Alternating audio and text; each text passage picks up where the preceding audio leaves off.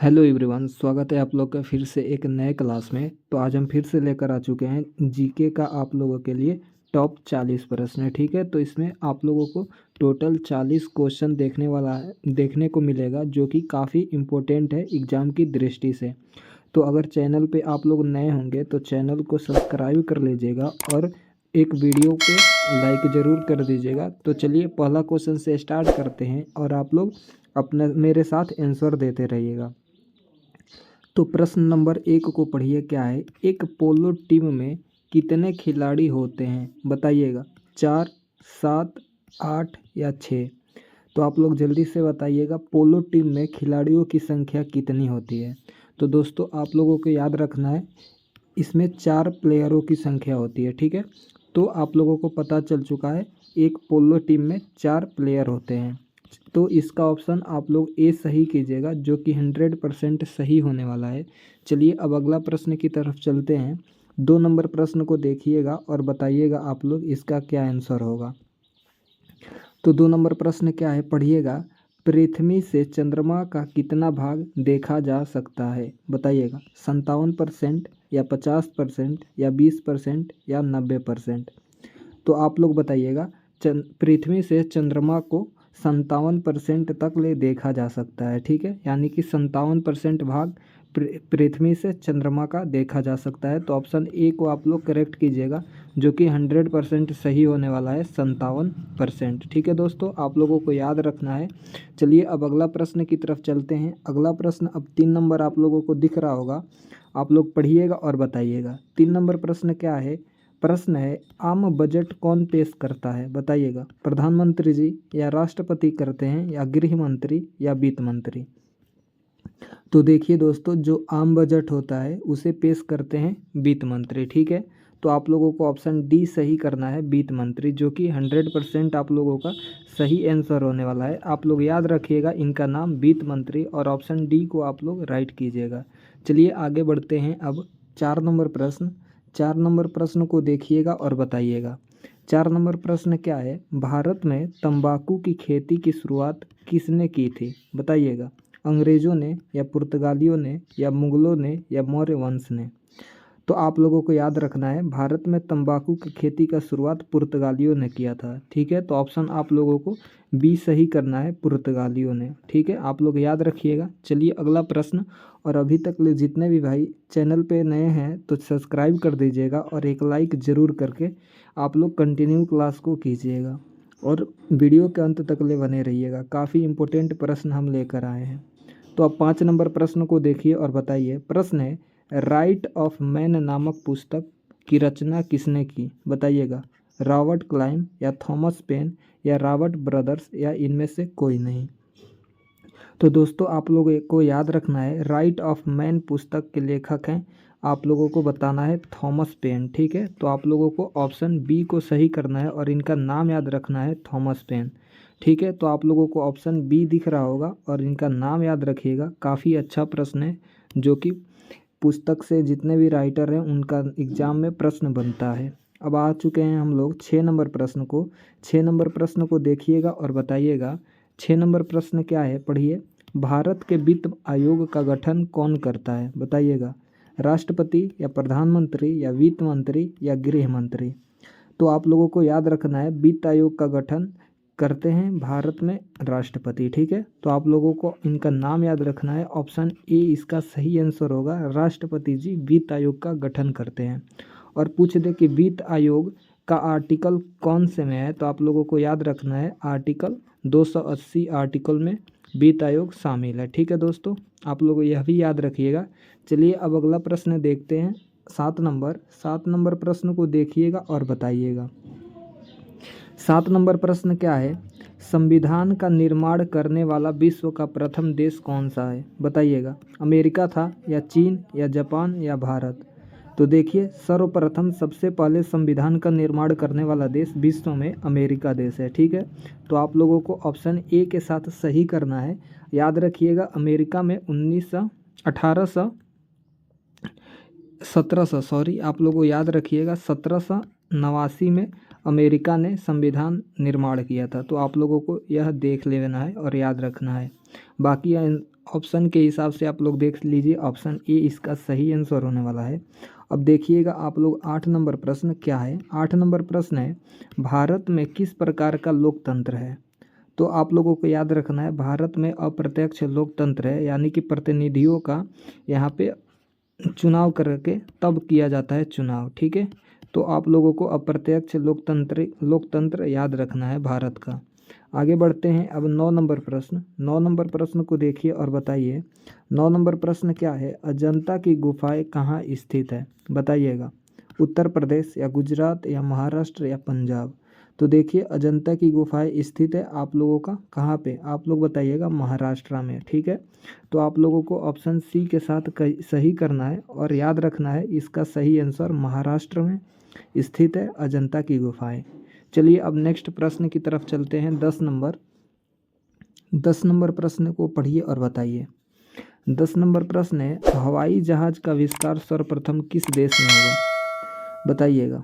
तो दोस्तों आप लोगों को याद रखना है, हवाई जहाज का आविष्कार सर्वप्रथम अमेरिका देश में हुआ था। तो आप लोगों को ऑप्शन ए सही करना है, याद रखना है अमेरिका देश, ठीक है। आगे चलते हैं। अब अगला प्रश्न देखिएगा 11 नंबर और बताइएगा। 11 नंबर प्रश्न है, मनुष्य के शरीर में कितना प्रकार का खून पाया जाता है, बताइएगा। 2 प्रकार का या 4 या 5 या 6।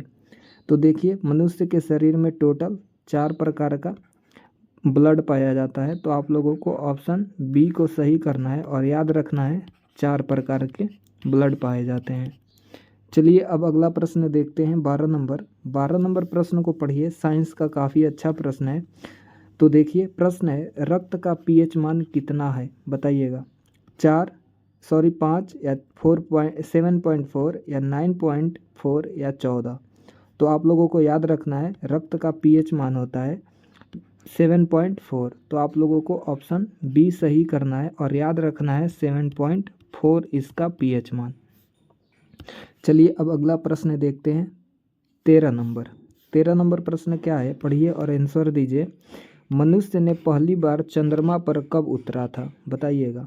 तो आप लोगों को याद रखना है यह उतरा था 1969 ईस्वी में, ठीक है। तो आप लोगों को ऑप्शन डी सही करना है, ठीक है। आप लोगों को पता चल चुका है क्या इसका आंसर होने वाला है, याद रखिएगा आप लोग। चलते हैं अब 14 नंबर प्रश्न को देखिएगा और आप लोग बताइएगा।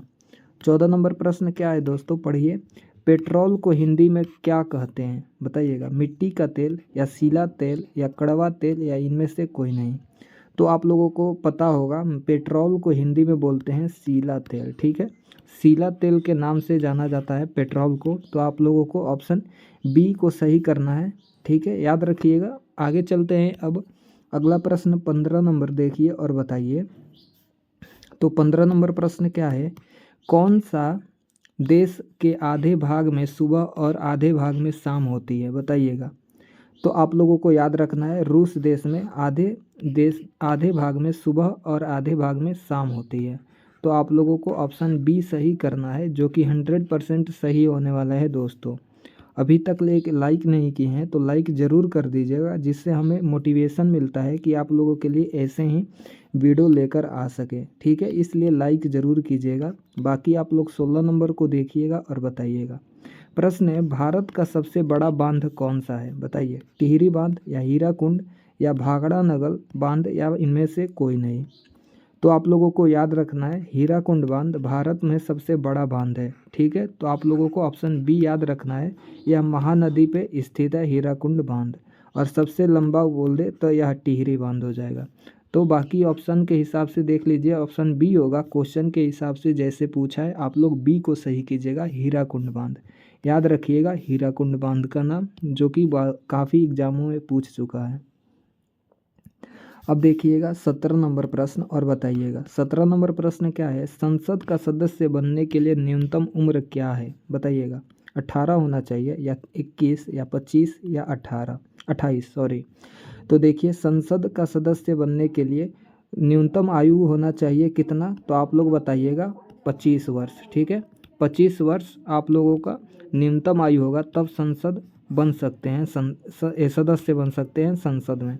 तो आप लोगों को ऑप्शन सी को सही करना है 25 साल, ठीक है। आप लोग याद रखिएगा ऑप्शन सी दोस्तों। आगे बढ़ते हैं अगला प्रश्न आप देखिएगा 18 नंबर और बताइएगा 18 नंबर प्रश्न क्या है, जलियांवाला बाग हत्याकांड कहाँ पर हुआ था, बताइएगा।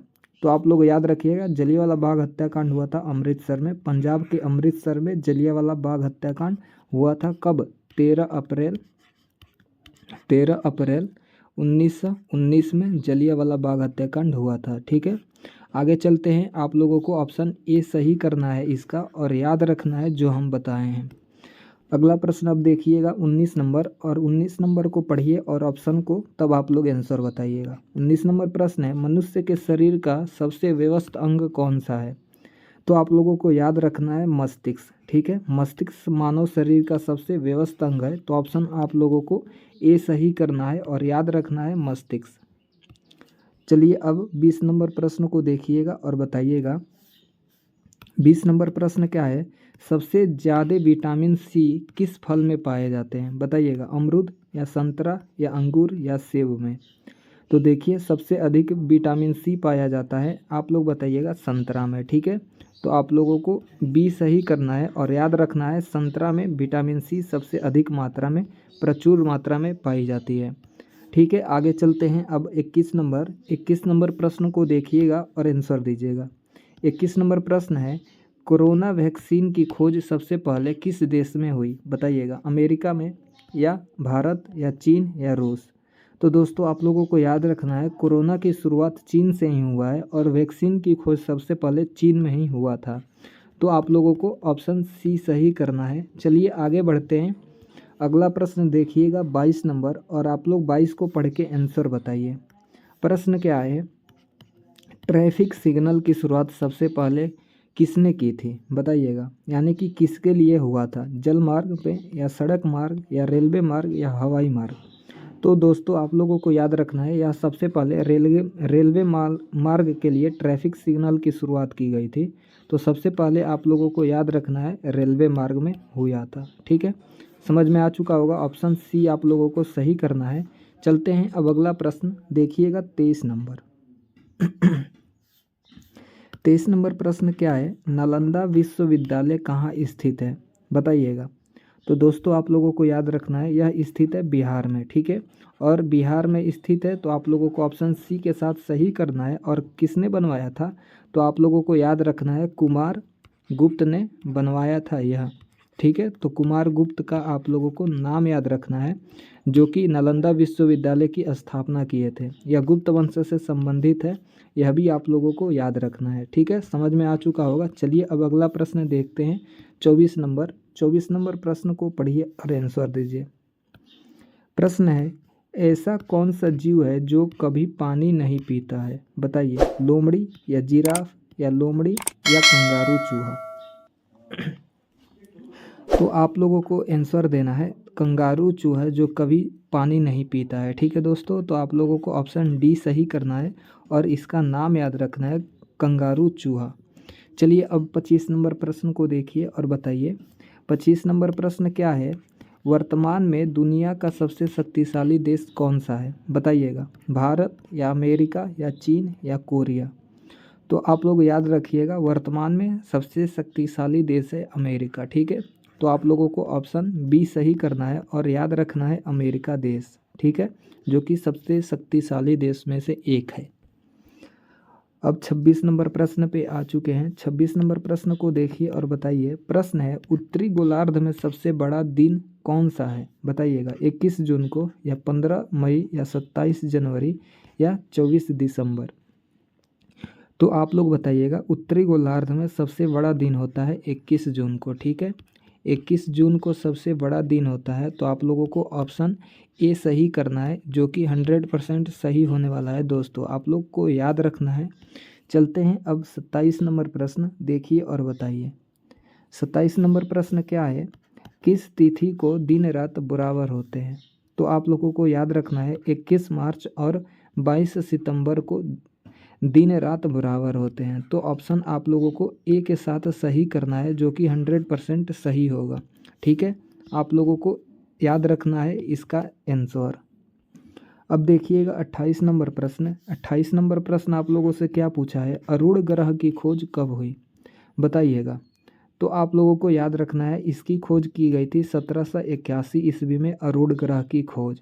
ठीक है, तो यह बृहस्पति के बाद पड़ता है अरूण, उसके बाद शनि ग्रह के बाद अरूण, उसके बाद वरुण। टोटल ग्रहों की संख्या पूछ दे ग्रह कितने हैं, तो दोस्तों आप लोगों को याद रखना है पहले 9 था, अब हो चुका है ग्रहों की संख्या 8। ठीक है, तो आप लोगों को यह भी याद रखना है। बाकी प्रश्न के हिसाब से आप लोगों को ऑप्शन सी सही करना है। 1781 ईस्वी में अरूण ग्रह की खोज हुई थी। ठीक है, चलते हैं अब 29 नंबर प्रश्न। 29 नंबर प्रश्न को देखिएगा और आंसर दीजिएगा। प्रश्न आप लोगों से क्या पूछा है, पढ़िए। बेसबॉल में प्रत्येक पक्ष में खिलाड़ियों की संख्या कितनी होती है? तो आप लोग बेसबॉल देखे होंगे, आप लोग बताइएगा कि बेसबॉल में कितने प्लेयर्स होते हैं। तो दोस्तों आप लोगों को याद रखना है बेसबॉल में टोटल 9 प्लेयर होते हैं। ठीक है, तो आप लोगों को ऑप्शन ए के साथ सही करना है, जो कि 100% आप लोगों का सही होने वाला है। याद रखिएगा स्पोर्ट्स से प्लेयरों की संख्या काफ़ी बार पूछता है एग्जाम में। अब देखिएगा 30 नंबर प्रश्न। 30 नंबर प्रश्न क्या है, वॉलीबॉल के प्रत्येक टीम में खिलाड़ियों की संख्या कितनी होती है? 6, 7, 8 या 9? तो अब पूछ चुका है वॉलीबॉल। तो देखिए दोस्तों, वॉलीबॉल में खिलाड़ियों की संख्या होती है 6। ठीक है, आप लोगों को याद रखना है 6 प्लेयर होते हैं, और यह एक घरेलू खेल भी होता है, यानी कि आउटडोर में भी होता है और इनडोर में भी होता है। यह भी आप लोगों को याद रखना है। अब देखिएगा 32 नंबर आप लोगों को दिख रहा होगा, पढ़िएगा और आंसर दीजिएगा। प्रश्न है, पंचायती राज की त्रिस्तरीय समिति का गठन किसके द्वारा किया गया था? बताइएगा। तो आप लोगों को याद रखना है बलवंत राय समिति के द्वारा पंचायती राज का त्रिस्तरीय समिति का गठन किया गया था।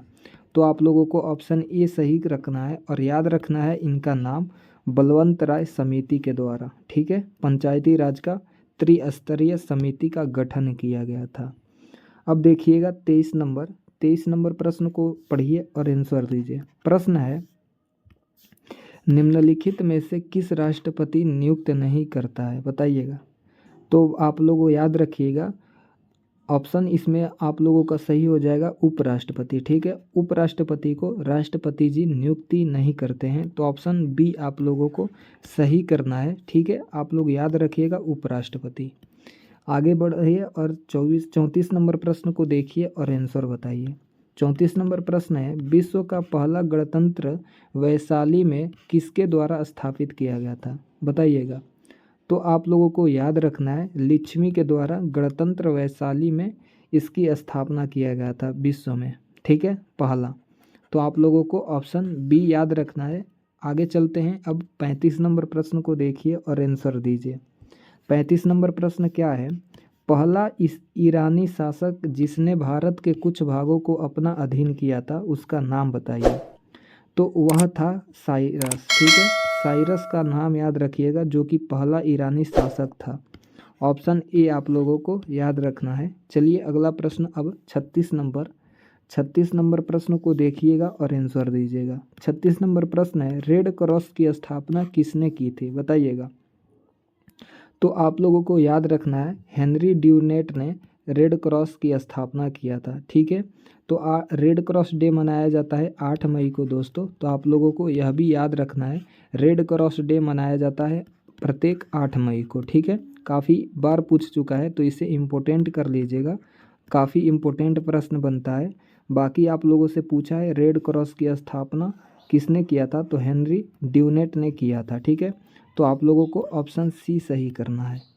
चलिए अब 37 नंबर प्रश्न को देखिए और आंसर दीजिए। 37 नंबर प्रश्न क्या है, पीटी ऊषा को किस लोकप्रिय नाम से जाना जाता है? तो पीटी ऊषा को उड़न परी के नाम से जाना जाता है, यानी कि गोल्डन गर्ल भी बोला जाता है। तो ऑप्शन सी आप लोगों को सही करना है, और पीटी ऊषा को गोल्डन गर्ल के नाम से भी जाना जाता है। तो यह भी आप लोगों को याद रखना है। ठीक है, चलिए अगला प्रश्न अब देखते हैं 38 नंबर प्रश्न को पढ़िएगा और बताइएगा। प्रश्न है, कबड्डी के खेल में प्रत्येक पक्ष में खिलाड़ियों की संख्या होती है? बताइएगा। 5 या 6 या 7 या 8? तो देखिए दोस्तों, कबड्डी में प्रत्येक पक्ष में खिलाड़ियों की संख्या होती है 7। ठीक है, तो आप लोगों को 7 याद रखना है, जो कि ऑप्शन सी इसका सही आंसर होने वाला है। चलिए अब अगला प्रश्न देखते हैं। 39 नंबर प्रश्न को पढ़िए और आंसर दीजिएगा क्या पूछ रहा है। प्रश्न है, सबसे पहले पहिया किसने बनाए थे? किससे बने थे बताइएगा, रबड़ से या लकड़ी से या कांच से या लोहा से? तो देखिए, प्राचीन काल में सबसे पहले पहिए बने थे लकड़ी के, ठीक है। तो ऑप्शन आप लोगों को बी सही करना है और याद रखना है लकड़ी से पहिए बनाए गए थे सबसे पहले। चलिए अब इस क्लास का आखिरी प्रश्न आप लोगों के सामने है। आप लोग प्रश्न को रीड कीजिएगा और ऑप्शन को उसके बाद आप लोग अपना आंसर बताइएगा। तो देखिए, निम्न में से हड़प्पा संस्कृति का नवीनतम उत्खनन स्थल कौन सा है? बताइए आप लोग। तो आप लोगों को याद रखना है, हड़प्पा संस्कृति का नवीनतम उत्खनन स्थल है धौलावीरा, ठीक है। आप लोगों को ऑप्शन डी सही करना है। याद रखिएगा, धौलावीरा सबसे हड़प्पा संस्कृति का नवीनतम उत्खनन स्थल है। तो आप लोगों को ऑप्शन डी सही करना है दोस्तों। तो दोस्तों, आप लोगों के साथ हम 40 प्रश्नों को अच्छा से डिस्कस कर चुके हैं। आप लोगों को 40 के 40 प्रश्न समझ में भी आया होगा और आप लोग मेरे साथ आंसर भी देते आए होंगे। तो अगर अभी तक आप लोग लाइक एक नहीं किए हैं तो लाइक ज़रूर कर लीजिएगा, और जितने भी भाई चैनल पे अभी तक ले नहीं जुड़े हैं तो सब्सक्राइब करके अवश्य जुड़ जाइए, क्योंकि हम डेली ऐसे ही जीके का क्लास ले आते रहते हैं आप लोगों के सामने। और आप लोगों के दोस्त भी अगर किसी चीज़ का प्रिपरेशन कर रहे हैं, जीके से संबंधित अगर प्रॉब्लम हो, तो ऐसे वीडियो को उनके पास भी शेयर कर दीजिएगा ताकि उन्हें भी हेल्प मिल सके, ठीक है। तो मिलते हैं इसी तरह नेक्स्ट वीडियो के साथ आप लोगों के, तब तक के लिए जय हिंद।